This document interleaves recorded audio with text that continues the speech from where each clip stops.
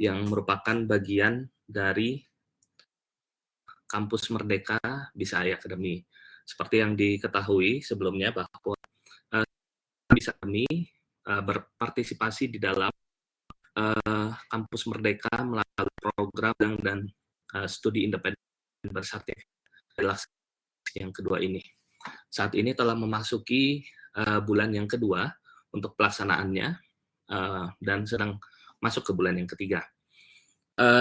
Alhamdulillah pada pagi hari ini masih melaksanakan rangkaian kegiatan MSIB atau Kampus Merdeka dengan Mitra Bisa AI Academy, yang mana beberapa pembelajarannya adalah pembelajaran terjadwal, kemudian pembelajaran mandiri, pembelajaran tamu, proyek industri, sertifikasi kompetensi, dan pembelajaran lainnya yang kita singkat menjadi pembelajaran terpadu. Pada pagi hari kita sudah kedatangan tamu kita dari partner Bisa AI Academy, yaitu Huawei Cloud Indonesia, yaitu Pak Renaldi Dwi Nugraha, MSc. Selamat pagi, Pak Renaldi. Ya, selamat pagi, Pak Okta. Ya. Sebelum kita mendengar paparan dari Pak Renaldi Dwi Nugraha, MSc Bisa AI Academy, saya sedikit membacakan CV dari beliau. Renaldi Dwi Nugraha merupakan owner dan AI Solution Indonesia. Pak Renaldi lulusan S1 dari Teknik Mesin Universitas Sriwijaya dan juga S2 di Mechanical Engineering Shanghai Jiaotong University. Ya.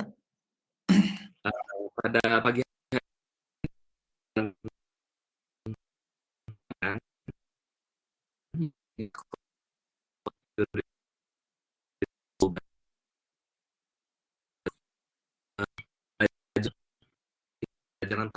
di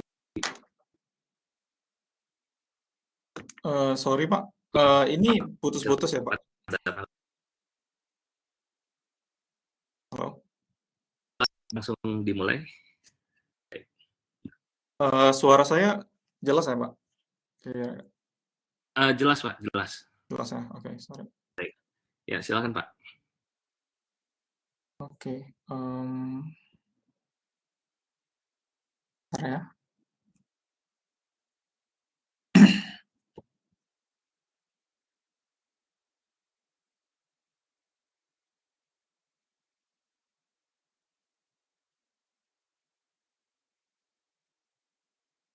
Oke.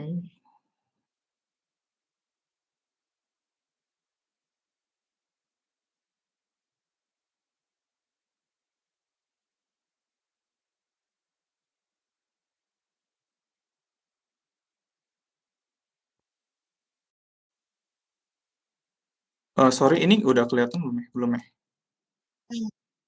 Belum Pak. Klik yang Atau kiri bawah, kemudian di ini sudah Pak. oh udah kelihatan ya? Sudah ya.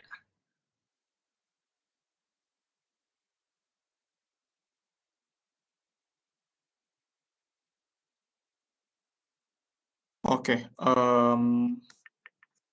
sorry. Ini jadi udah tinggal di share screen aja ya Pak ini berarti ya? Ini sudah Huawei Cloud Foundation of Cloud Security. Oke, siap. Jadi selamat pagi teman-teman, terima kasih Pak Okta dari tim Bisa AI dan tim-tim lain dari ya Bisa AI dan Tampil ID. Perkenalkan, nama saya Renaldi Dwi Nugraha. Oh ya, sorry Pak, ini sebelumnya direkam ya Pak? Ya, sudah direkam Pak. Oh, nggak perlu dipencet lagi berarti ya? Oke. Ya, jadi nama saya Renaldi Nugraha, saya Cloud and AI Solution Architect dari Huawei Cloud di Indonesia. Nah, jadi pada pagi hari ini saya bakal memberi a brief overview lah, kira-kira gimana sih foundation dari cloud security services gitu, Pak, sama teman-teman sekalian. Ya, sebelumnya di sini ada yang pernah pakai cloud gitu? Pakai cloud apa, mungkin ada experience yang pakai cloud? Halo? Mungkin ada beberapa yang udah pakai cloud, ada yang mungkin baru Saya awal. pengguna, Pengguna juga ya, Pak? saya pengguna Huawei Cloud. Oke, mantap, Pak. Ya, jadi sebenarnya kalau kita lihat ya dari berdekade yang lalu ya, kalau kita ulik-ulik lagi, cloud itu kalau konsep awalnya tuh dangerous ya, mungkin.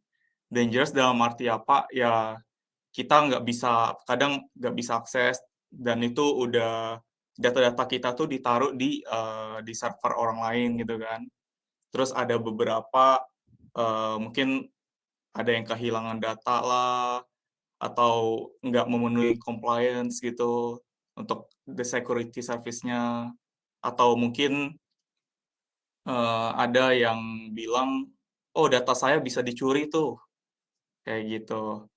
Nah, sebenarnya itu konsep yang benar dalam dekade yang lalu, beberapa dekade yang lalu. Tetapi kalau kita lihat dari perkembangan IT sendiri, sebenarnya ada plus minusnya lah, kayak membuild environment di cloud gitu.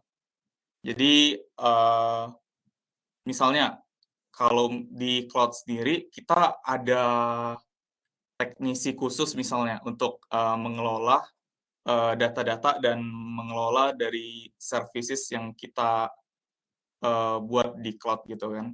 Tetapi kalau misalnya kita punya di on-premise tuh, di data center kita sendiri atau di local disk kita, itu juga kita perlu uh, keep apa ya, improving lah, dalam arti security kan semakin bertambah durasi, atau mungkin dari tahun ke tahun itu bakal semakin banyak variasi baru lah.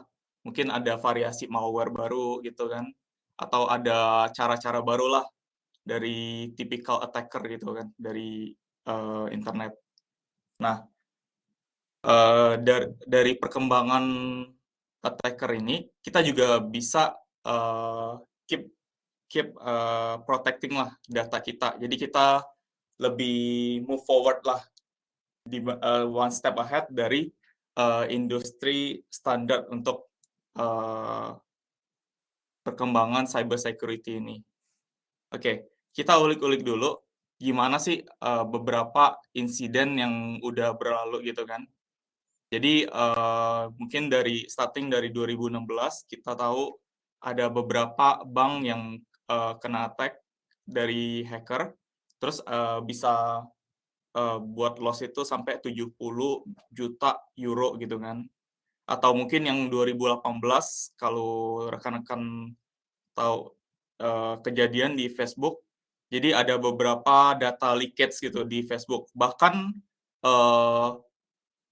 company sekelas Feng itu juga ada attacker yang bisa masuk gitu kan dan mencuri data-datanya gitu kan. Jadi perkembangan dari dunia IT itu pun sangat pesat ya. Dan untuk attacker-nya juga semakin lama semakin jago tuh, semakin lihai kan buat nge-tag dari data company-company yang besar gitu kan.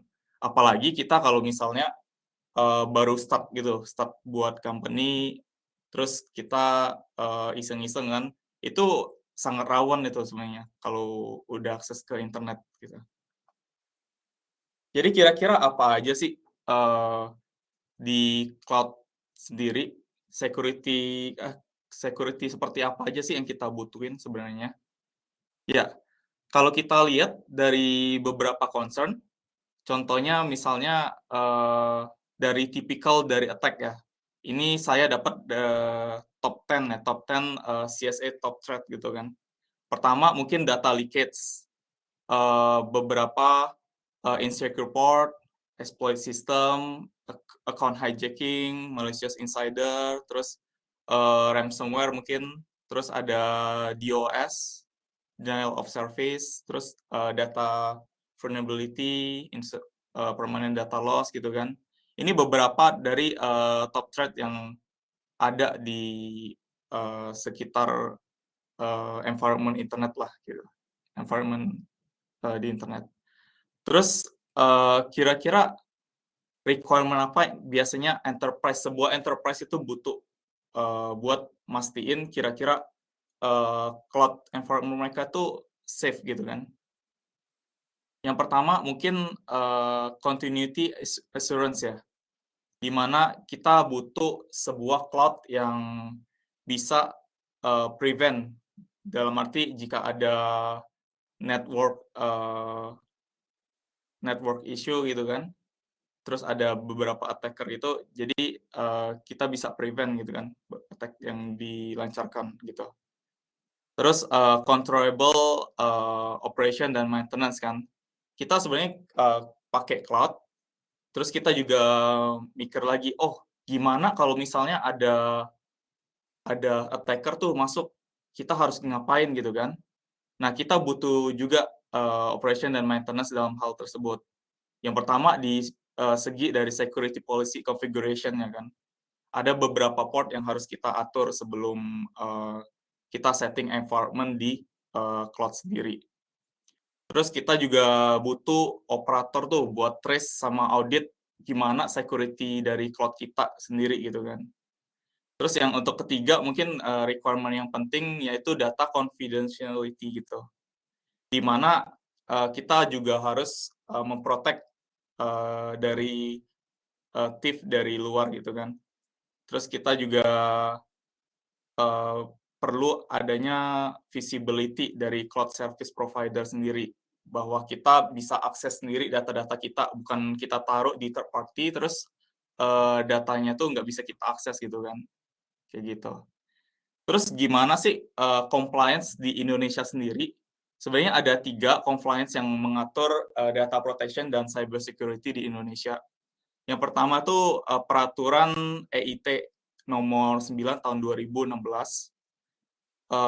Terus kita juga ada Government Regulation nomor 71 2019. Ini mengatur implementasi dari electronic system dan transaksi kan. Terus yang terakhir tuh ada MCI, yaitu mengenai protection di electronic system juga gitu, atau lebih dikenal biasanya namanya PDP regulation kan. Oke, mungkin di sesi pagi ini saya lebih kita kan sekarang lagi ngomongin cloud gitu. Mungkin saya bakal refer ke cloud yang dimana tempat kerja saya ya di Huawei Cloud gitu kan. Jadi semuanya sebenarnya setiap cloud itu hampir sama untuk security environment-nya gitu. Jadi saya refer untuk Huawei Cloud gitu. Nah, jadi kalau kita ulik-ulik lagi, gimana sih protection system dari cloud sendiri?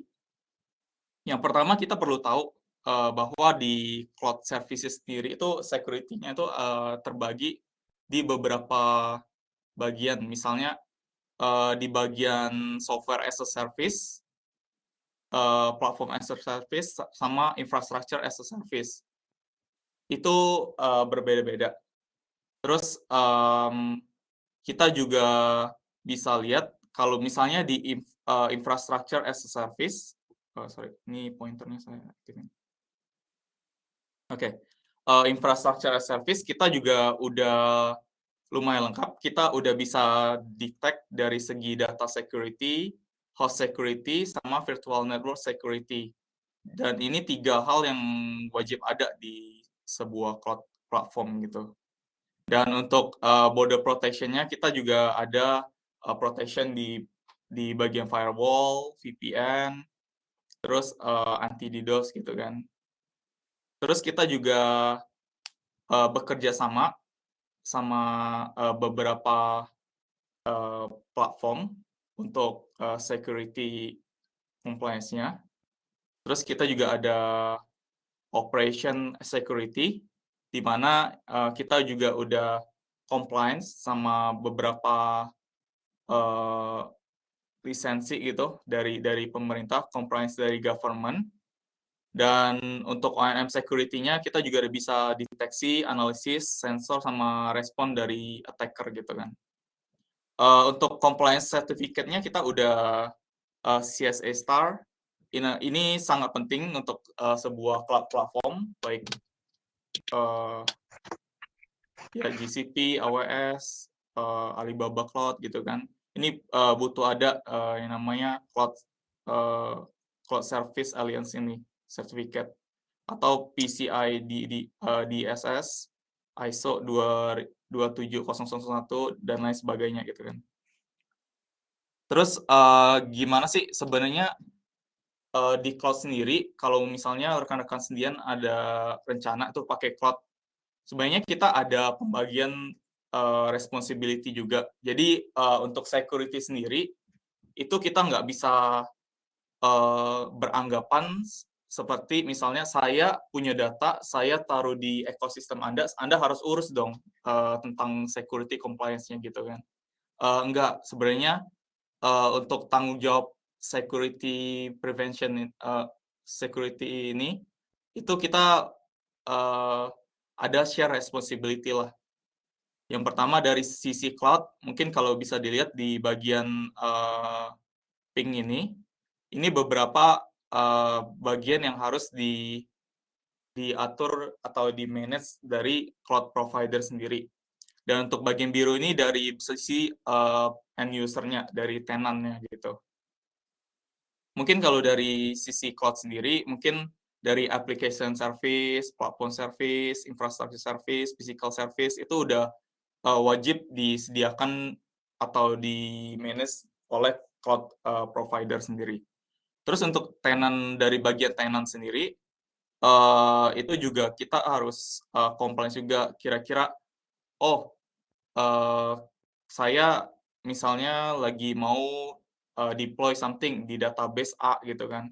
Jadi kita perlu buka portnya atau security settingnya itu cuman buat database A misalnya kan. Jadi kita nggak boleh sembarangan setting dari konfigurasi cloud-nya gitu. Jadi kalau misalnya kita lihat, sebenarnya kalau di cloud sendiri ada 3 yang menjadi faktor utama dari kerawanan cyber security sendiri gitu. Yang pertama itu dari sisi infrastructure. Infrastructure tuh di mana itu responsibility dari penyedia cloud provider sendiri gitu kan. Yang kedua itu dari human error, di mana itu dari sisi tenant atau pengguna dari cloud provider sendiri gitu. Nah, dari sisi tenant sendiri, ya mungkin kalau sebagai contoh, pas setting security grupnya, mungkin dia open port semua gitu. Jadi setiap dia akses remote desktop itu, mungkin itu bakal tampak di attacker, dan attacker bisa masuk ke sistem dari cloud-nya sendiri gitu kan. Jadi untuk yang kedua ini mungkin kita perlu berhati-hati ya untuk human error factor ini. Dan untuk yang ketiga emang dari external factor, yaitu dari attacker sendiri. Jadi ada attack lah kira-kira kayak seperti ransomware, brute force, dan lain sebagainya gitu kan. Nah itu yang nggak bisa kita hindarin kan. Kalau untuk sisi dari cloud platform, biasanya kita juga ada expert sendiri buat ngatur security di infrastructure kita gitu. Terus gimana sih kalau untuk Huawei Cloud, kenapa bisa confident untuk handle di sisi security juga gitu kan, untuk cloud-cloud yang lain juga kayak gitu. Nah, kalau untuk Huawei Cloud sendiri, kita juga udah kolaborasi dengan berbagai network, application, dan data security, contohnya di DOS. Terus kita juga ada build sendiri firewall system kita. Terus untuk Untuk visualisasinya kita juga ada beberapa kerjasama sama Hyper-V misalnya kan. Terus kita juga ada 30 lebih pengalaman untuk improve dari IT security gitu.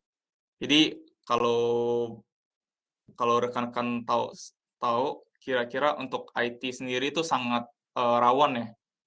Kalau sisi ICT gitu kan, sangat rawan dengan namanya cyber security gitu kan. Nah, kita juga udah ada pengalaman untuk handle dari attacker tersebut gitu kan. Terus kita juga ada dynamic defense, di mana kita bisa sediain security log, threat information, sama security monitoring gitu kan. Gitu. Nah, untuk security operation dan maintenance systemnya sendiri, mungkin ini beberapa hal yang mungkin wajib ada di cloud provider yang lain juga, termasuk di Huawei Cloud ya. Contohnya mungkin kita bisa protect di bagian network security, yaitu di computing servernya, di bagian storage-nya atau database security-nya, ataupun di bagian cloud platform-nya sendiri gitu. Nah, untuk beberapa sistem mungkin yang perlu ada itu di log collection. Terus dari log collection itu kita bisa perform log analysis, di mana dia juga bisa kasih gambaran kira-kira, ada event-event apa aja yang terjadi gitu kan di cloud platform kita gitu. Terus mungkin kita juga butuh unified account management, di mana kita juga punya privilege sendiri, identity access management sendiri, untuk ngatur kira-kira kita mau set dari user ini bisa pakai apa aja gitu kan, service apa aja gitu kan. Terus kita juga butuh evidence buat beberapa attack yang terjadi gitu kan. Terus intelligent analysis, nah ini yang mungkin Huawei Cloud bisa bilang ini sebagai advanced system buat memprotect data-data di klien-klien di Huawei Cloud sendiri itu, yaitu intelligent analysis. Jadi kita selain dari expert kita yang di bidang cyber security, kita juga ada menggunakan AI system buat mendeteksi dari intrusion atau attacker tersebut gitu.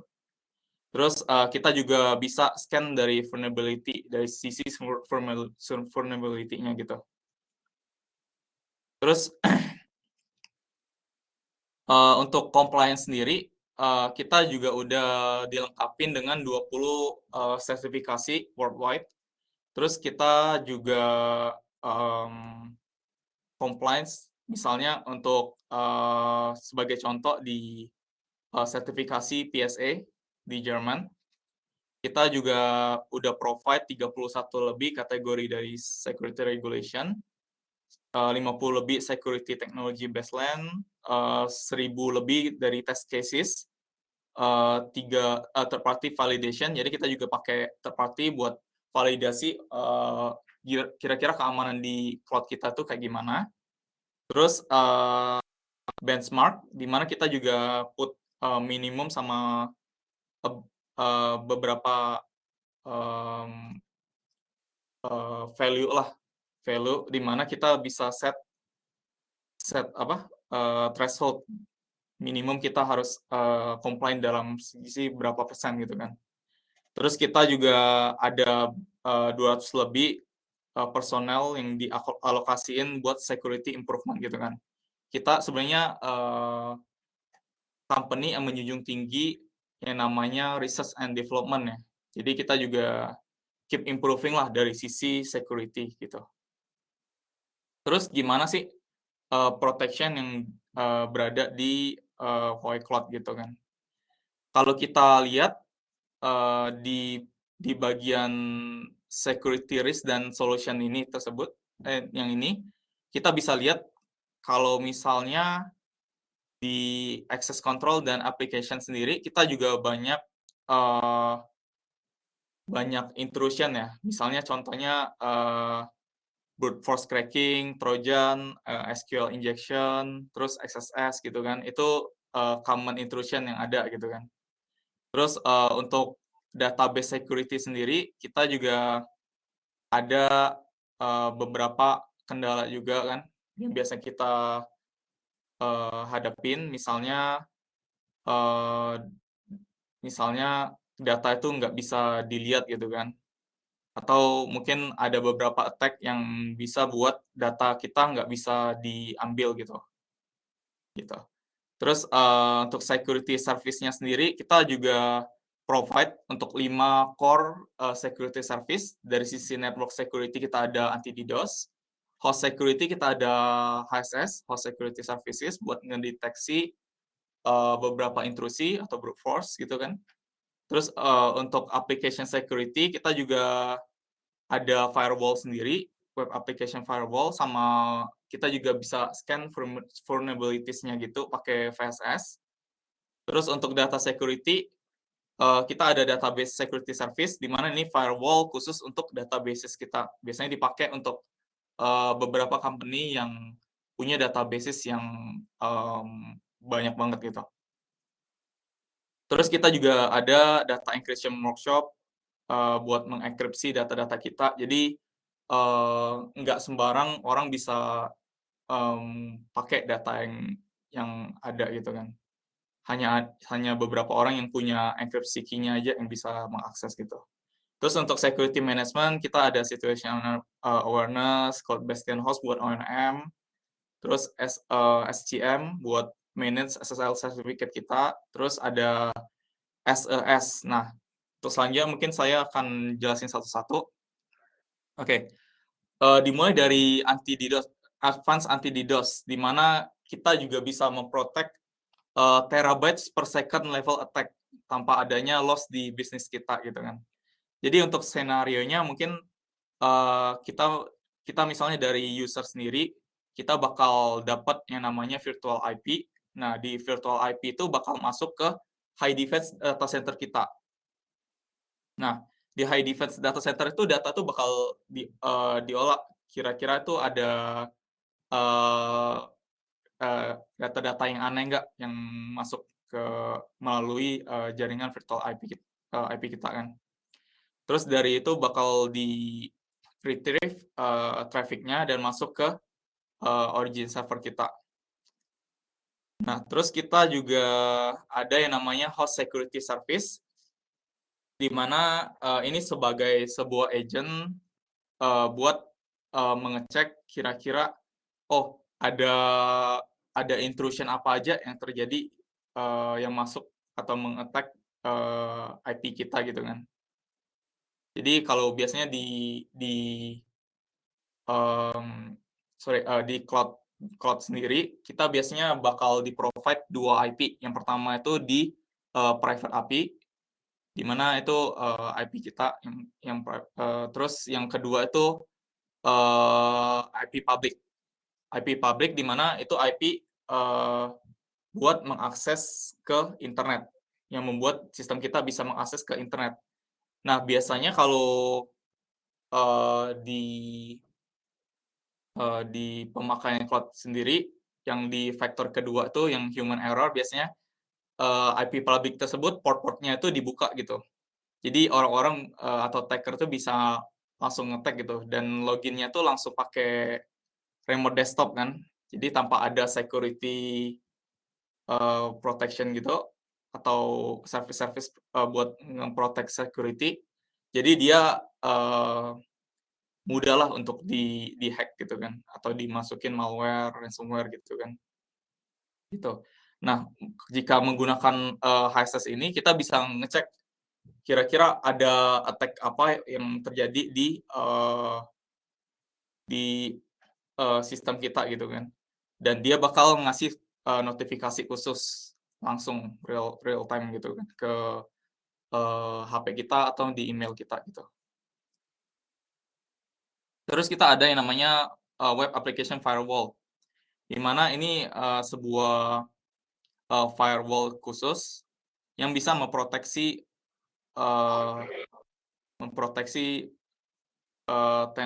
tenant VPC kita gitu.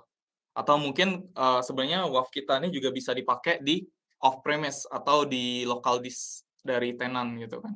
Jadi selain pakai di di cloud kita sendiri, itu bisa dipakai di cloud lain juga atau di on-premise dari tenant gitu. Jadi untuk Gartner sendiri juga bilang kalau WAF kita itu punya ability buat prevent inherent vulnerabilities dari web application kan. Ini sudah diakui oleh Gartner. Ini statement di 2017 ya. Jadi dia juga bisa protect dari OWASP, common attack gitu, 10 threat yang sering terjadi gitu. Terus ini juga merupakan inovasi yang tadi saya mention, kita dual engine detection ya. Yang pertama itu dari segi compliance terhadap rules, yang kedua tuh dari segi kita juga apply AI untuk mendeteksi intrusion gitu. Terus ya untuk reliability-nya itu zero maintenance, jadi kita tinggal install WAF kita, udah langsung bisa dijalanin. Dan kita juga ada provide security expert buat kalau misalnya ada pertanyaan-pertanyaan tentang security issues gitu. Terus kita ada vulnerability scan service, di mana ini bisa nge-scan kira-kira ada apa aja data-data yang aneh di sistem kita misalnya gitu kan. Kita juga bisa pakai di off-premise dari tenant atau di cloud yang lain juga sih sebenarnya. Jadi ini lumayan convenience kalau buat pengecekan gitu. Terus kita ada data encryption workshop, di mana ini yang tadi saya mention, misalnya kalau tenant sendiri, itu biasanya kan butuh yang namanya sebuah verification API gitu kan. Kita bisa lihat di sebelah kanan ini, kalau misalnya tenant tanpa key gitu, dia kan bisa akses OBS kan. OBS ini sebuah storage penyimpanan kita, sama seperti S3 di AWS gitu, atau EVS, VBS, dan RDS ini. Dan misalnya kalau tenant nggak ada key, dia nggak bisa akses data-data yang ada di OBS kita. Jadi walaupun attacker berhasil masuk gitu kan ke sistem kita, dia nggak bisa akses data-data tersebut gitu. Jadi data encryption workshop itu buat pengamanan ekstra lah. Kita ada 2 pengamanan ekstra dari sisi data encryption key-nya, terus kita ada juga master key gitu. Terus di final layer tuh di root key-nya, di login password kita gitu kan.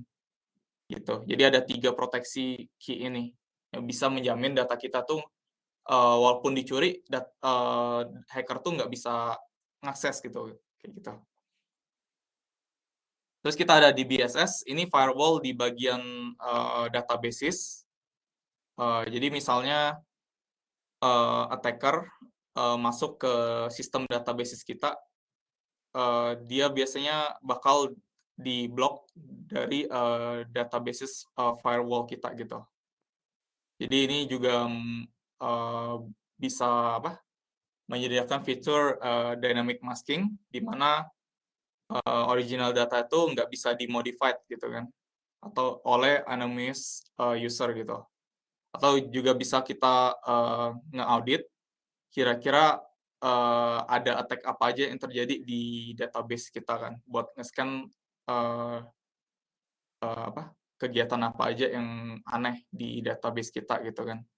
Jadi kita juga provide buat log, khususnya di bagian query, atau misalnya ada penggantian data, misalnya ganti apa gitu kan, kita ada provide semua. Terus pas delete datanya juga kita ada log-log tersendiri gitu. Ini secara real time gitu. Jadi tanpa permisi, biasanya dia bakal mengirim sebuah SMN atau email khusus, oh ternyata ada attacker yang masuk ke database kita, terus dia juga ada ngutak-ngatik data-data kita kan, itu langsung bisa di alarm gitu. Terus mungkin di bagian security management-nya, kita juga ada security expert service, di mana ini expert kita yang di HQ, mereka juga udah certified, CISA certified gitu. Terus mereka juga bisa bantu dalam sisi pengecekan atau misalnya ada mau tanya-tanya gitu kan, buat monitoring atau gimana cara improve dari security setting kita gitu kan. Kita juga ada expert-expert gitu di bagian security ini. Terus ini security expert tadi, di mana ini juga kita menyediakan sistem grading, di mana kita bisa mengevaluasi sebuah institusi gitu. Terus kita juga buat registrasi gitu. Jadi dari customer tuh hanya perlu submit material untuk registrasi, terus kita bakal examine application tersebut, terus kita lakuin pengecekan gitu kan. Terus rektifikasi, di mana ini seperti assist buat rektifikasi data-data gitu, atau evaluasi dari cloud security kita gitu kan. Kira-kira gimana untuk pengamanan kita udah oke atau enggak gitu kan. Terus dia juga menyediakan feature supervision, di mana dia bisa provide technical support, dia juga bisa mastiin kira-kira security setting kita tuh compliance udah belum, udah sesuai best practice atau belum gitu kan. Kayak gitu. Terus kita ada di bagian security management, kita juga ada situational awareness, di mana kita kalau misalnya berbagai data itu bisa di-trigger gitu kan, untuk situation awareness berdasarkan big data analysis teknologi yang kita ada gitu. Jadi dia juga menyediakan threat event monitoring, asset security situation, host security presentation, terus log buat ngecek secara real time gitu kan. Terus mungkin ini yang terakhir ya, untuk Cloud Bastion Host, ini sebuah ORM management kita di cloud. Jadi misalnya dalam suatu cloud ekosistem sendiri, penggunanya kan banyak banget. Misalnya kita buka perusahaan gitu, bangun sebuah ekosistem di cloud. Terus kita juga punya banyak employee gitu buat yang ngakses ke cloud kita gitu kan. Atau mungkin employee di cabang-cabang kantor yang lain. Atau mungkin kita butuh konsultan buat ngecek-ngecek data kita. Nah, itu kan kita kasih akses tuh kepada employee, terus third party kita, atau mungkin manajemen kita kan gitu. Itu kita kasih akses. Nah, di Cloud Bastion Host ini kita bisa ngatur sendiri. Oh, ternyata employee ini hanya bisa akses misalnya data di A, B, C gitu kan. Terus sebagai third party dia bisa akses data yang A, B, C gitu atau D gitu kan. Jadi dia bisa automatically lah kira-kira butuh service apa aja untuk tenant A, butuh service apa aja untuk tenant B gitu. Terus kita juga ada SSL Certificate Management, di mana kita udah menyediakan sebuah API khusus buat ngecek certification authority-nya gitu. Jadi SSL yang udah dibeli di hostingan yang lain misalnya, atau mungkin internet provider lain bisa dipakai gitu, menggunakan ini SSL Certificate Management kita gitu.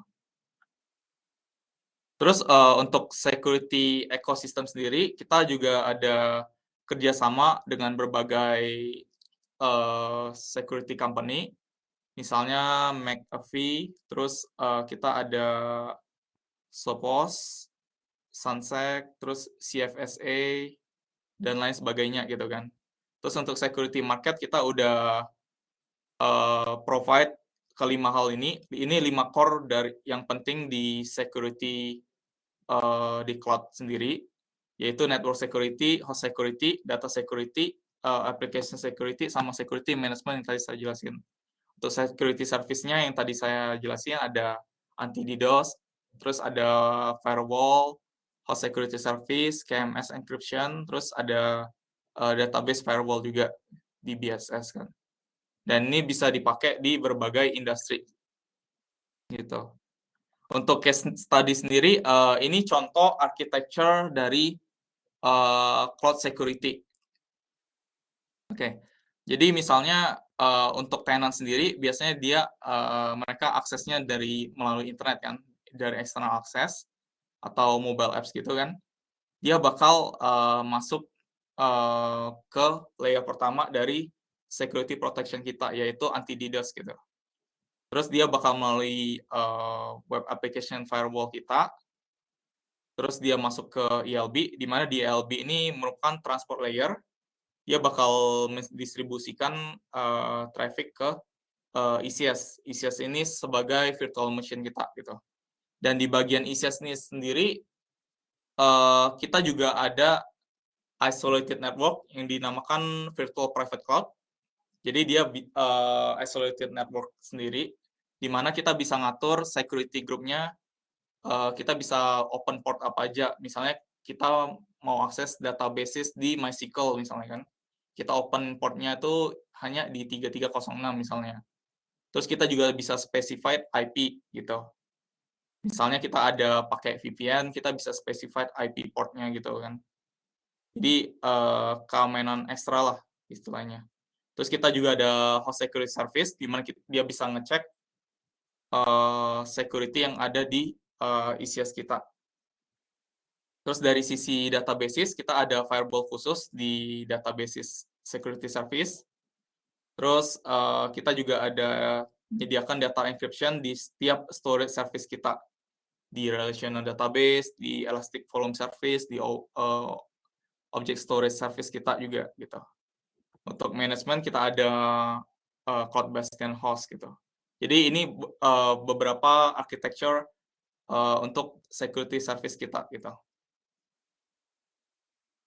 Terus mungkin ini ada contoh beberapa cases yang ada di government atau di enterprises gitu kan. Jadi misalnya attacker ada nge-attack, biasanya dia melalui email server gitu. Terus dari email server dia bakal kirim infected trojan, terus dia bakal penetrasi di core business dari tenant sendiri, terus dia bakal nyuri data gitu kan. Nah, untuk dari sisi security cloud provider sendiri, biasanya mereka ada security management system sendiri. Jadi ada beberapa action lah yang perlu dilakukan oleh pihak cloud tenant gitu, cloud provider gitu. Jadi pertama mungkin step-stepnya saya jelasin. Yang pertama itu dari attacker. Attacker tuh biasanya ada kirim data link-link tersendiri gitu kan dari email. Misalnya dia pura-pura kirim buat pengecekan security, klik this link misalnya. Nah, dari staff itu biasanya dia bakal ada beberapa staff yang ngeklik link yang diberikan dari attacker kan. Nah, dari link tersebut sebenarnya dia ada malware code tersendiri, di mana dia bakal auto download malware code, di mana dia bakal download application dari attacker, dari hacker. Terus waktu berlalu, 6 bulan udah lewat, terus malware-nya tuh bisa mencuri data dari core business kita gitu kan. Kayak gitu. Ini contoh dari nggak bisa play nih, sorry.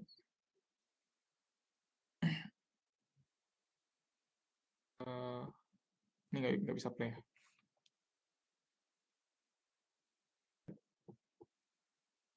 Nah, ini contohnya. Jadi ini beberapa ilustrasi gimana attacker bisa nge-attack data-data biasanya yang di company-company gitu kan. Biasanya staff ada yang eh, nggak aware lah tentang hal-hal gini kan. Jadi dari attacker dia send email gitu, misalnya kayak gini, dear sir, bla bla bla bla, untuk security, pengecekan security gitu kan. Please click here gitu kan. Jadi malicious code ini udah masuk di link ini dan sorry, link ini. Terus dari ketika dia send, dari sisi employee sendiri, dia misalnya buka ini, klik, dan dia akan diarahkan ke ini. Tapi di sini nggak ada kelihatan apa, download apa kan. Cuman malware itu udah masuk ke sistem dari cloud ekosistem sendiri gitu. Dan selanjutnya,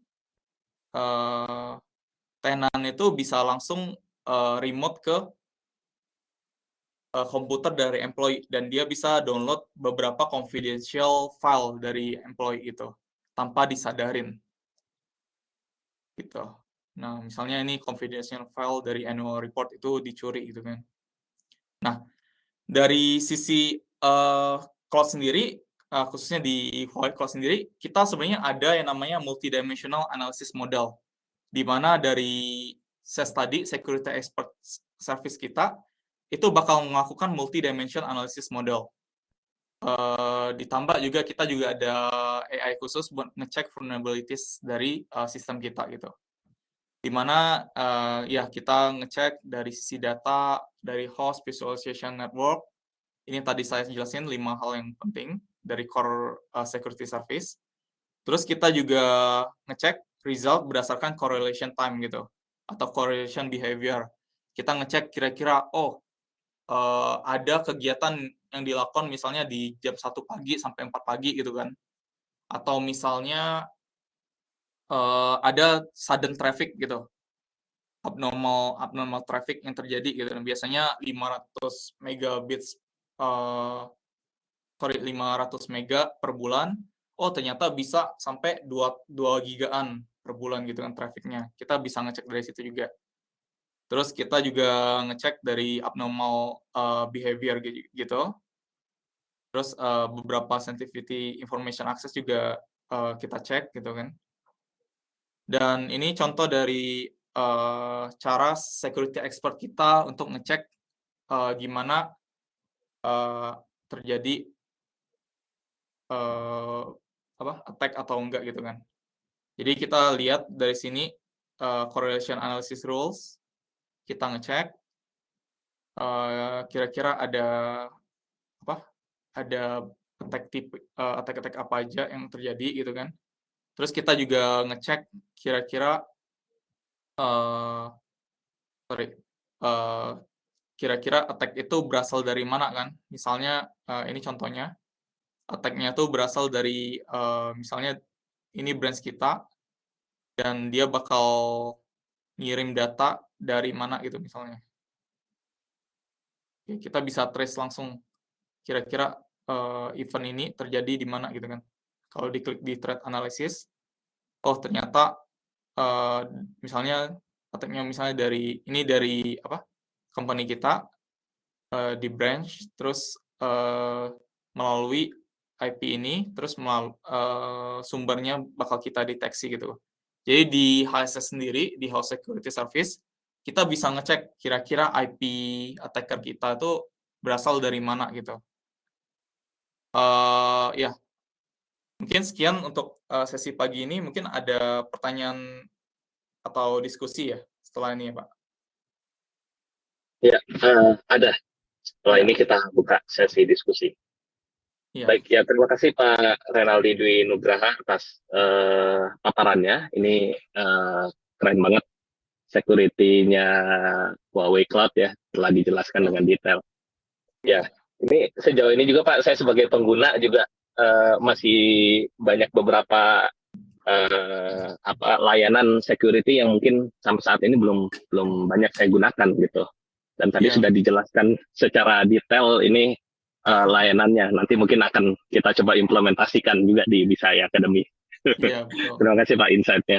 Oke, kita membuka sesi pertanyaan buat teman-teman mahasiswa. Silakan bertanya jika ada pertanyaan. Mungkin silakan kalau ada pertanyaan. Oh, sudah ada pertanyaan, Pak. Mungkin ini pertanyaan yang pertama dari Noval.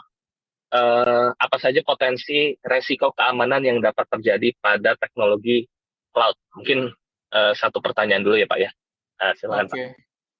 Ya, apa saja potensi resiko keamanan yang terjadi pada teknologi cloud ya? Em, ini mungkin lebih ke itu ya, beberapa typical attack-nya ya, atau kejadian yang biasanya terjadi di cloud ya, mungkin. Iya, betul. Oke, sebenarnya ya yang paling sering sih sebenarnya beberapa uh, injection dari malware gitu kan. Ada beberapa employee, misalnya tadi kan saya ada mention kan, dari sisi infrastructure sendiri itu ada data loss atau enggak gitu kan, itu dari sisi cloud provider. Terus untuk yang kedua itu dari human error, dan ketiga emang dari external error kan. Biasanya kalau untuk resiko keamanan dari dua ini sih yang sering terjadi, dari human error atau attacker kan. Dari human error sendiri itu biasanya ada beberapa staff yang nggak compliance dari basic best practice dari cloud services, di mana terkadang mereka ada kasih password dari root-nya itu kurang advance gitu kan, masih weak password gitu. Misalnya ada yang ketik passwordnya 12345 gitu doang gitu kan. Nah itu sangat rawan buat ngetek gitu. Terus yang dari sisi eksternal ini sendiri, biasanya untuk typical attack itu mungkin salah satunya brute force ya. Jadi kalau dari hacker sendiri, mereka biasanya ada aplikasi tersendiri di mana mereka bisa kirim beberapa apa ya sebutannya, attack lah, brute force gitu. Misalnya ada 1000 attack per detik gitu kan. Nah dari 1000 itu dia bakal nge-try password yang ada yang di cloud itu sendiri gitu. Seperti tadi misalnya ada employee yang pasang password 12345 kan. Tapi kalau di aplikasinya bisa ngecek beberapa probability dari password gitu kan. Nah itu sangat mudah di-attack dari sisi passwordnya. Terus mungkin dari sisi yang tadi yang human error itu ada yang buka port sembarangan. Biasanya tuh yang sering terjadi sih, kelalaian dari sisi human-nya gitu kan. Jadi terkadang staff dari enterprise sendiri itu ada yang open all port gitu kan. Kan kalau untuk security default-nya itu kan di open all port kan. Tapi ada yang open all port terus dia nggak pakai pengamanan ekstra. Misalnya nggak pakai VPN kah, nggak pakai firewall kah, nggak pakai database firewall gitu kan. Nah, Yes. dari sisi itu attacker tersebut bisa ngetek itu ketika si tenant itu pakai RDP, remote desktop gitu kan. Nah, dari remote desktop dia lihat, oh, output-nya Tes. udah kebuka tuh. Tes. Ya, masih kedengeran ya, Pak? Ya, output dibuka, terus dia ada chance tuh buat install beberapa malware gitu kan. Kayak gitu. Biasanya sih brute force, malware injection, SQL injection, itu yang paling sering sih. Untuk typical malware yang baru-baru ini ransomware mungkin ya. Gitu, paling baru. Terus untuk pertanyaan kedua ya langsung aja ya Pak. Hal-hal yang perlu kita pertimbangkan ketika memilih penyedia dari jenis layanan cloud security di Huawei. Penyedia dari jenis layanan cloud security di Huawei. Maksudnya ini untuk servisnya ya, Pak Noval ya?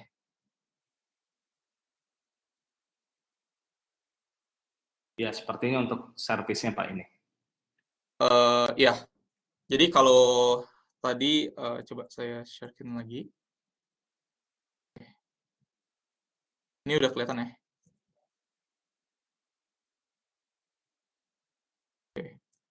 di bagian screen.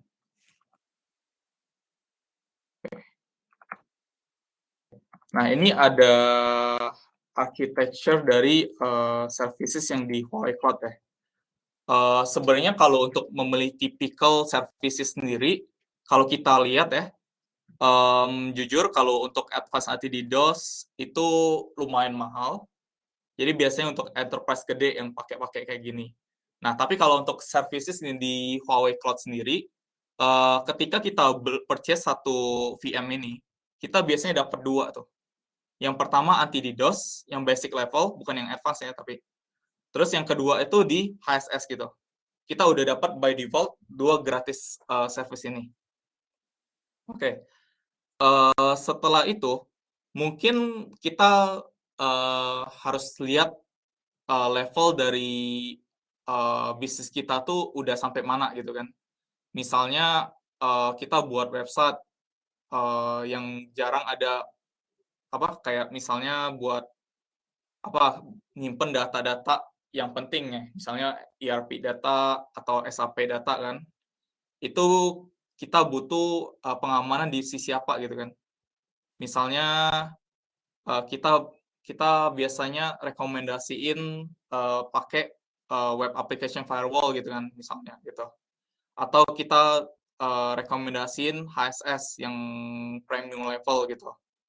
Dan untuk yang terpenting mungkin untuk services mungkin kita sangat saranin untuk pakai VPN untuk tunnelnya.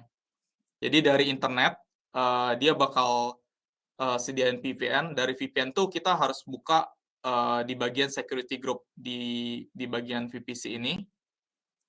Sorry, ini pointer nggak ada.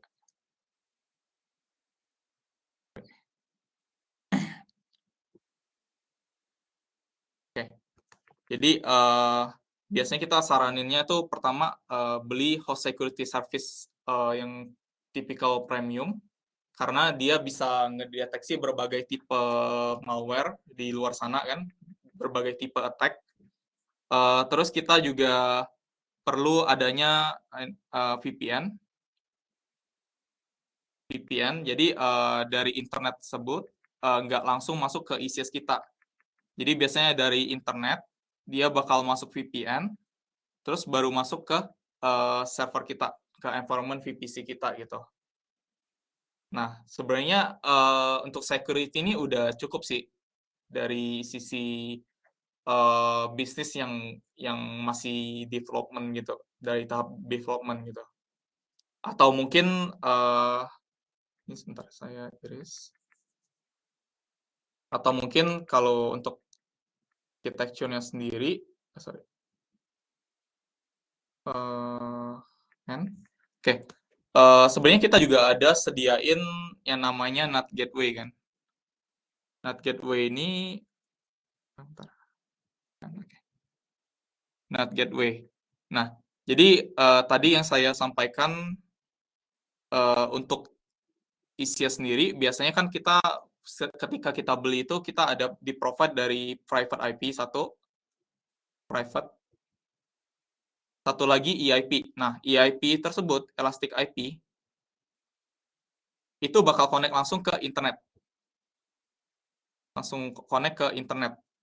Nah, di mana ini kalau misalnya kita akses biasanya pakai RDP, Remote Desktop Protocol, kita langsung masukin EIP-nya kan gitu. Nah, ini kalau bisa sangat dihindarin gitu. Karena kenapa? Biasanya RDP ini langsung bisa dari internet langsung masuk ke bagian server kita gitu kan. Jadi semua attacker tuh bisa langsung mengakses ke server kita. Nah, cara buat ngehandle ini gimana sih? Biasanya kita rekomenan ada NAT Gateway gitu. NAT Gateway, di mana dia bakal selubungin private IP kita. Jadi dari attacker, dia harus masuk dulu ke NAT Gateway. Terus di NAT Gateway ini, dia nggak tahu EIP kita apa gitu kan. Dari sini baru masuk ke server kita gitu. Atau mungkin kalau misalnya nggak pakai NAT gateway, kita bisa ganti pakai VPN gitu kan. Jadi IP public kita tuh nggak terekspos ke publik gitu kan. Jadi dari internet dia masuk VPN kita, terus baru ke server kita kayak gitu. Kira-kira pengaman dari VPN, NAT gateway, HSS sama ini untuk pengaman basic sih. Misalnya NAT gateway, HSS sama VPN mungkin. Itu yang paling basic. Tapi mungkin ada beberapa company misalnya seperti FSI company ya, banking kan. Mereka butuh pengamanan dari misalnya dari database security services nih, di mana dia taruh pengamanan firewall ekstra di RDS kita gitu. Kayak gitu. Mungkin menjawab ya pertanyaannya, atau ada pertanyaan lagi? Ya, baik, terima kasih. Pak Renaldi bisa lihat lagi tadi skema yang tadi, mungkin sedikit pertanyaan dari saya sambil menunggu. Oh, ya. Oke, silakan peserta kalau ada pertanyaan boleh ditanyakan.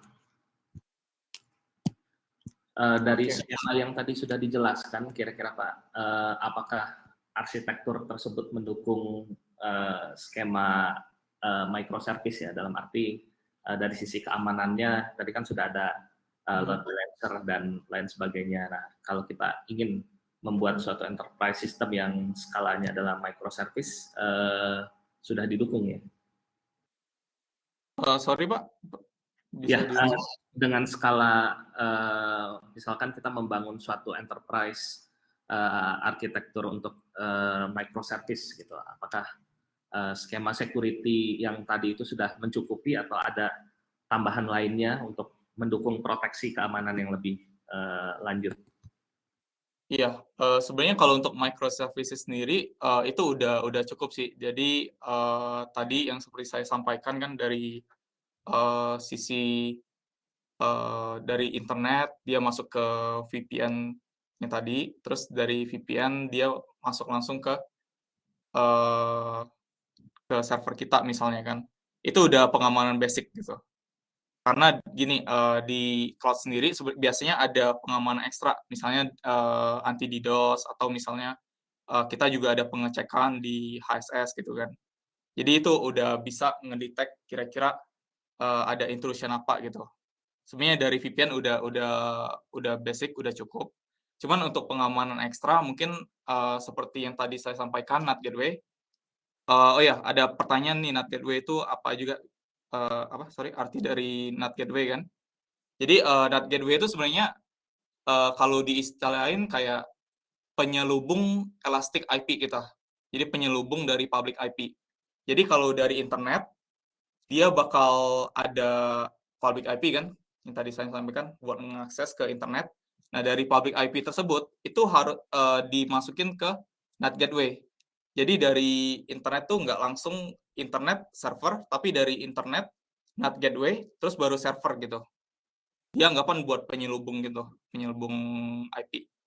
Jadi attacker tuh nggak tahu IP kita tuh sebenarnya apa gitu kan, private IP kita tuh sebenarnya apa gitu. Kayak gitu.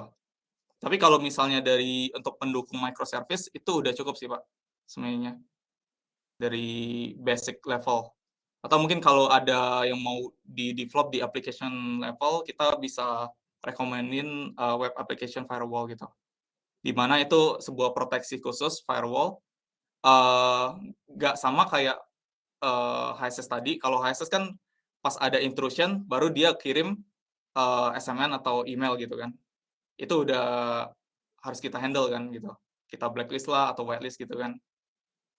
Tetapi kalau web application firewall, dia bakal attacker tuh bakal harus masuk ke security service kita. Jadi ada firewall khusus buat nge-protect gitu, Pak. Jadi nggak sampai ke server kita dulu baru kedeteksi gitu. Tapi dari attacker masuk ke WAF itu langsung di-protect gitu. Kayak gitu.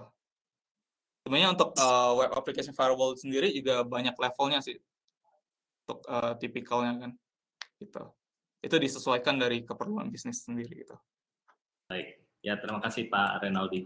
Jadi sesuai dengan jenis bisnisnya dan kebutuhan dari perusahaan ya Pak Betul, ya, untuk betul. security-nya. Oke, silakan Yes. dari teman-teman peserta MSIB, silakan jika ada pertanyaan kembali. Mungkin sambil menunggu, ya jadi teman-teman di sini bisa bertanya kepada Pak Renaldi karena ini merupakan bagian dari pembelajaran tamu kita di Kampus Merdeka, dan juga untuk beberapa course Kampus Merdeka MSIB itu ada yang wajib untuk diikuti, yaitu keaktifan dari peserta. Jadi silakan untuk bertanya, kalau ada pertanyaan silakan. Ini dari Pak Noval ada pertanyaan ketiga. Oh, yang ketiga ya, ya silakan Pak. Iya.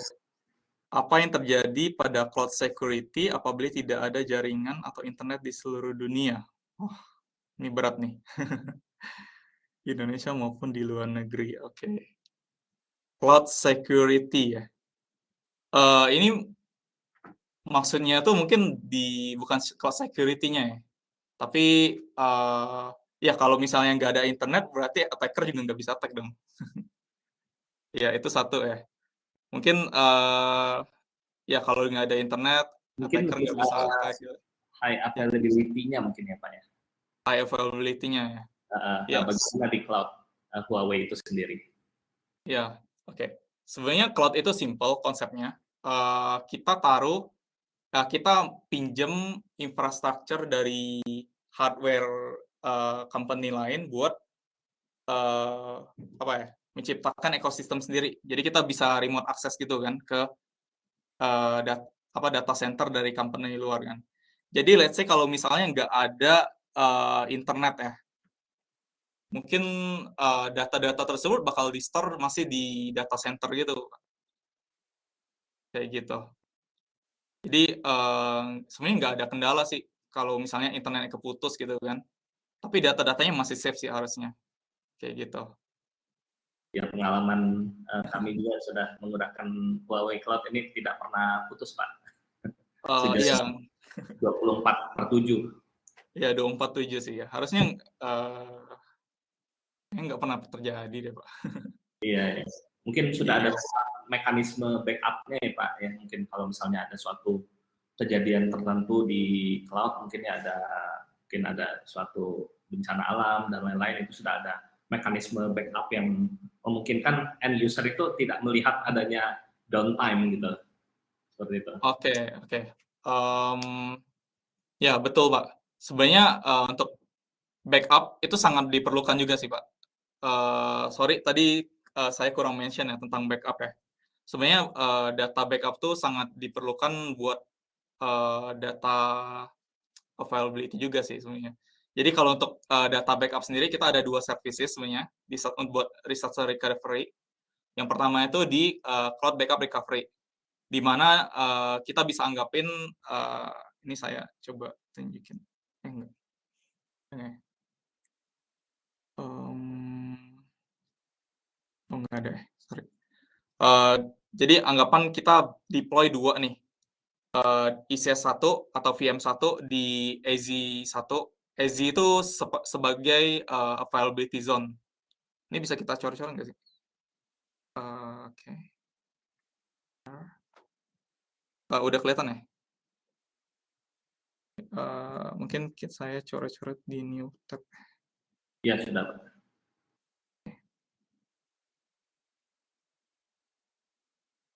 Oke, mungkin di sini. Mana nih? Oke, kan. Oke, jadi konsepnya tuh sebenarnya dari ini kan internet ya. Sorry ya, ininya itu. Terus dari inet tersendiri kita sebenarnya deploy yang namanya VPC, Virtual Private Cloud kan. Nah, di VPC ini biasanya kita bisa buat 2 availability zone, di mana availability zone ini bisa diibaratin data center gitu kan, data center yang lain gitu. Jadi biasanya setiap region tuh ada minimal 2 availability zone gitu, 2 data center di mana tempatnya tuh berjauhan gitu.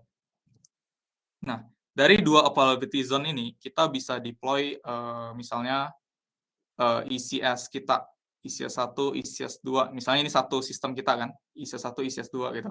Terus di sini juga ada ECS lagi, ECS 1, ECS 2 gitu kan. ECS 2. Gitu. Nah, dari sini, sebenarnya kita ada fitur yang namanya CBR, Cloud Backup Recovery. Ini juga menyediakan sebuah storage yang disebut Vault. Oke, storage ini. Dari data yang kita ini, dari ECS ini, kita bisa langsung ECS ini bakal di-attach sama EVS namanya, sorry. Ini basic konsepnya ya. ECS ini bakal di-attach sama EVS. Nah, dari EVS ini kita bisa nge-backup datanya, terus kita buat image. Di image tuh kayak semacam apa ya? Kayak backup lah, backup data kita gitu. Terus bakal di restore di ECS 2 ini. Nah, jadi proses ini kita sebenarnya bisa lakuin dalam waktu minimal 1 jam ya. Jadi dari EVS di backup ke CBR, di CBR bakal buat image khusus buat simpannya. Terus dia bakal restore ke ECS yang kedua gitu. Kayak gitu. Dan ini range waktunya tuh 1 jam. Sekitar 1 jam untuk backup nih. Jadi ada delay, bukan delay lah, kayak renggang waktu 1 jam untuk proses ini. Nge-backup, nge-restore di sini. Jadi misalnya kalau ECS di AZ1-nya ngedown atau kebakaran atau musibah gitu kan, gempa, kebakaran gitu kan. Yang di AZ2 ini masih ada backupan dari AZ1 dalam waktu 1 jam sebelumnya gitu. Kayak gitu. Ini salah satu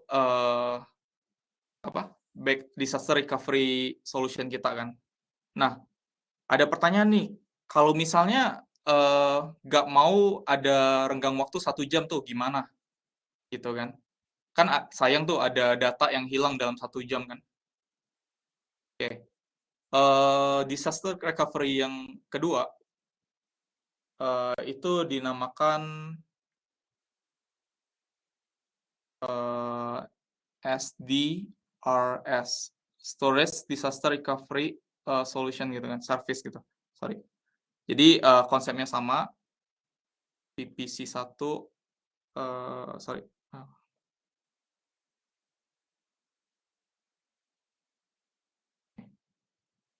Oke. Ini VPC. VPC ini isolated network kita ya.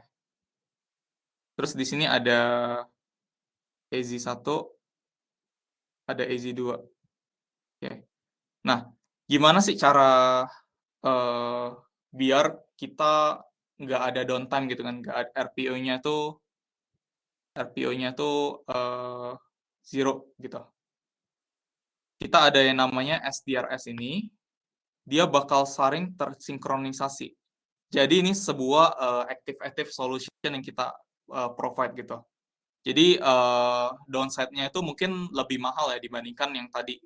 Kalau yang tadi kan kita save-nya di image, terus kita bisa restore kan datanya gitu. Tetapi kalau SDRS itu saling tersinkronisasi satu sama lain. Jadi let's say kalau misalnya AZ1 itu down, AZ2 ini masih itu punya data di AZ1 gitu.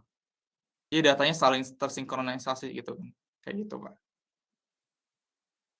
Ini active solution. Yang tadi active passive solution kayak gitu. Jadi kita bisa menjamin kira-kira data kita tuh nggak hilang ketika ada disaster atau data centernya itu kebakaran atau gimana gitu, Pak. Kayak gitu. Mungkin menjawab ya, Pak? Terima kasih, Pak Renaldi. Ini mungkin ada satu pertanyaan terakhir. Sudah jam 9:30. Pertanyaan dari Dimas. Untuk perusahaan startup mungkin kurang affordable kalau nyewa pentester untuk melakukan pentest ke service mereka. Apakah jika hanya menggunakan security service dari Huawei sudah cukup? Mungkin untuk melakukan stress test atau pen test mungkin ya Pak ya. Mungkin bagaimana mekanismenya atau karena kan mungkin ada cost yang harus dikeluarkan juga terkait dengan ini. Apakah sudah ada suatu fitur dari Huawei untuk melakukan semacam ya stress test atau pen test mungkin? Stress test untuk traffic ya biasanya Pak? Iya betul, untuk API atau traffic. Oke, sebenarnya kita juga ada sih buat pengecekan untuk traffic sih. Coba saya lupa namanya. Tapi ada sih sebenarnya Pak, untuk pengecekan untuk traffic Pak. Jadi kita bakal generate juga report khusus. Jadi untuk pengecekannya mungkin kita ada running satu ECS. Terus dari ECS tersebut kita bakal input misalnya ada 300 user gunain secara langsung kan, login secara langsung gitu kan. Nah, nanti di sana bakal kita generate kira-kira, oh seberapa tinggi sih traffic yang ada gitu kan. Atau mungkin ini satu feature yang kita ada. Terus yang kedua kita ada yang namanya Cloud Eye gitu. Di mana dia sebuah monitoring tools buat ngedetect traffic yang kira-kira kita generate ketika misalnya concurrently ada 300 user secara bersamaan gitu kan. Kayak gitu. Atau mungkin misalnya mau nge-pull data SAP misalnya atau ERP gitu. Itu bakal ada traffic yang muncul sih di Cloud Eye. Jadi kita bisa lihat dari sana sih sebenarnya. Kayak gitu. Jadi 2 tadi, Cloud Eye, satu lagi emang ada service khusus yang bisa generate report buat itu. Gitu. Baik, terima kasih Pak Renaldi. Oh, ini masih ada pertanyaan, mungkin satu pertanyaan terakhir sebelum kita akhiri sesi pertanyaannya. Apakah pernah terjadi sistem failure atau kegagalan sistem di cloud security? Bagaimana cara menanganinya? Mungkin case tadi di Huawei Cloud mungkin Pak. Oke, iya tadi di sini kita ada itu kan lihat.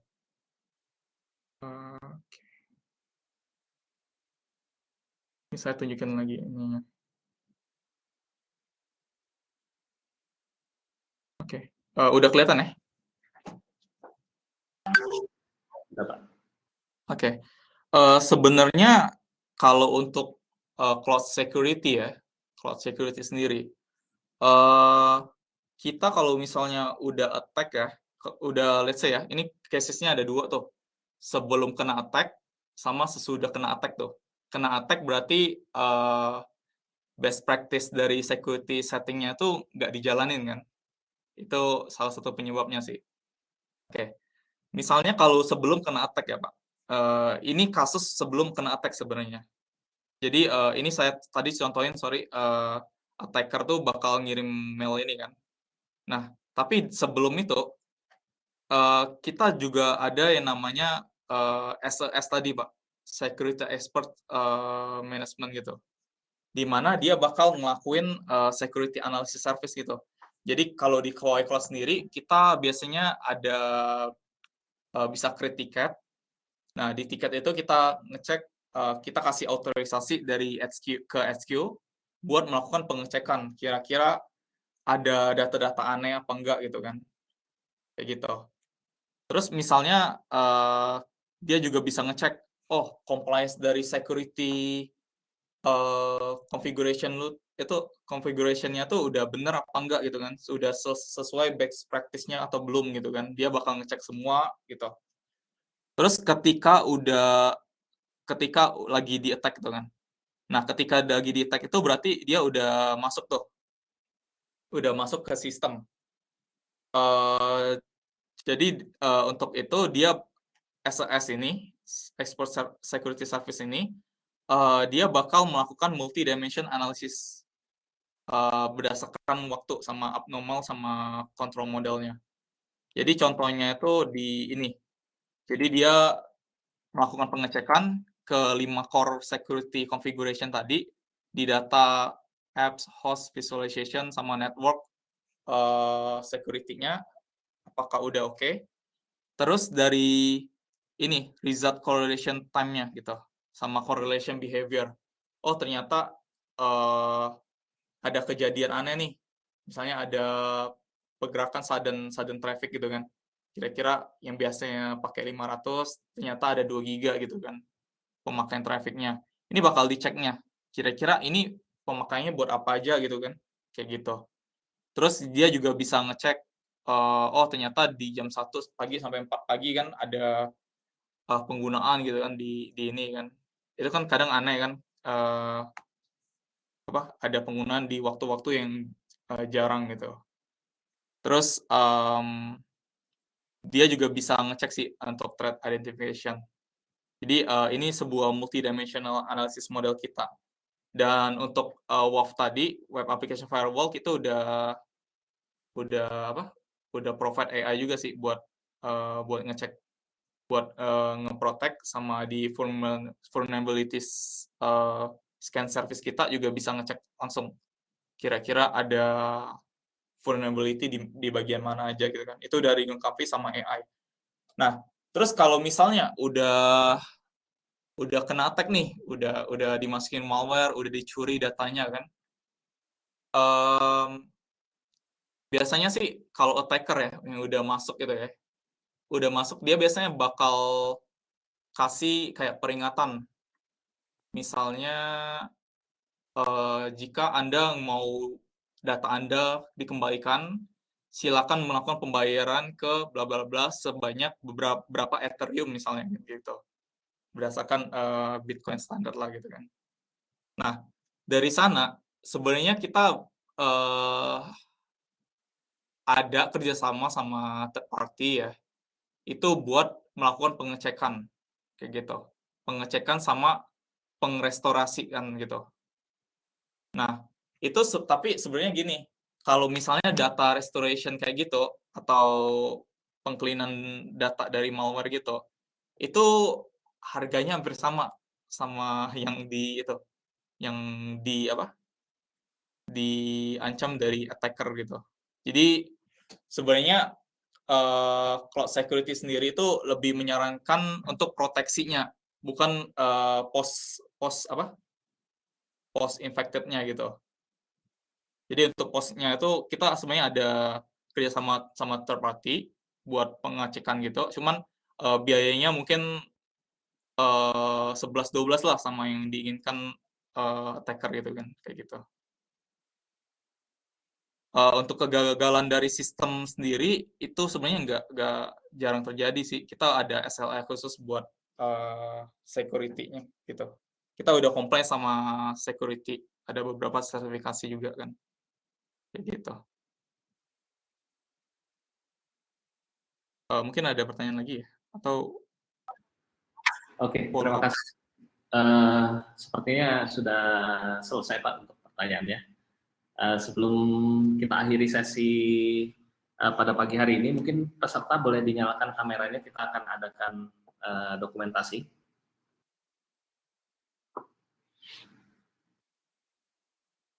Baik, karena waktu sudah menunjukkan pukul 9:30 waktu Indonesia Barat, terima kasih pada Pak Renaldi Dwi Nugraha telah sharing kepada kita semua terkait dengan Foundation of Cloud Security Services, di mana ini banyak banget yang bisa kita dapatkan, terutama dari sisi service-service yang ada di Huawei Cloud yang bisa kita gunakan untuk berbagai case study di bisnis, dan juga untuk lebih membantu security dari cloud yang kita siapkan. Ya, terima kasih Pak Renaldi dan tim Huawei Cloud atas paparannya. Ya, terima kasih Pak. Terima kasih.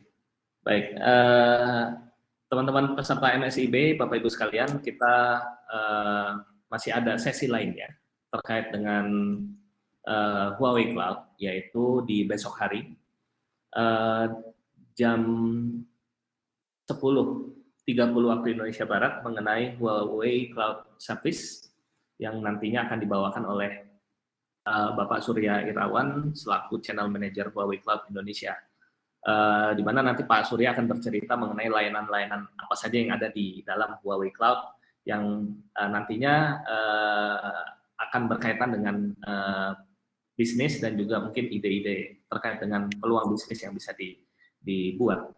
Karena output atau luaran dari MSIB-nya Bisa AI Academy yaitu salah satunya adalah membangun digital startup, yang mana sejauh ini kita sudah bersama-sama dengan Huawei Cloud Indonesia di kegiatan lainnya seperti AI Creation yang batch 1 kemarin kita sudah selenggarakan dan berhasil. Sudah ada 3 startup yang sekarang sudah proses pembentukan legalnya, Pak. Jadi acara membangun digital startup-nya ini sudah berhasil, dan startup tersebut juga kita rekomendasikan menggunakan Huawei Cloud untuk bisa mengembangkan bisnisnya. Jadi tidak fokus pada infranya, tapi fokusnya pada core bisnisnya. Tujuan utama dari cloud kan mungkin seperti itu ya Pak Rinaldi. Iya, betul Pak. Ya.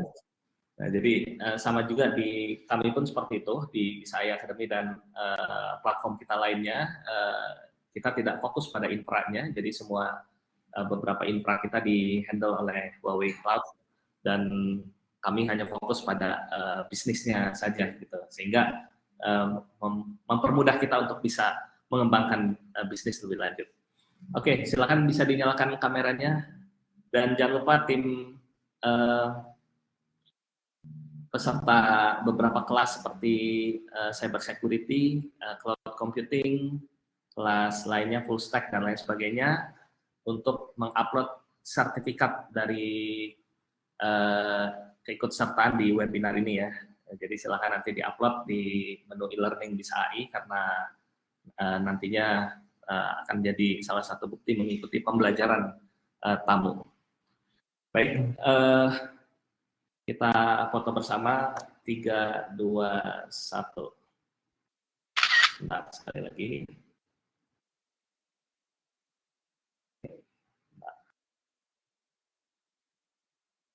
Ya, 3, 2, 1. Sekali lagi. 3, 2, 1. Oke, baik, terima kasih teman-teman peserta dan Pak Rinaldi sudah sharing kepada kita semua di sini. Terima kasih. Terima kasih. Oke, baik. Dengan berakhirnya sesi foto bersama, maka berakhir pula untuk sesi pembelajaran tamu pada pagi hari ini. Sekali lagi terima kasih kepada Pak Rinaldi dan juga tim Huawei Cloud Indonesia yang sudah berkenan untuk menyampaikan materi mengenai Foundation of Cloud Security Service. Akhir kata kita akhiri, selamat pagi. Assalamualaikum warahmatullahi wabarakatuh. Terima kasih semua. Terima kasih Pak. Terima kasih.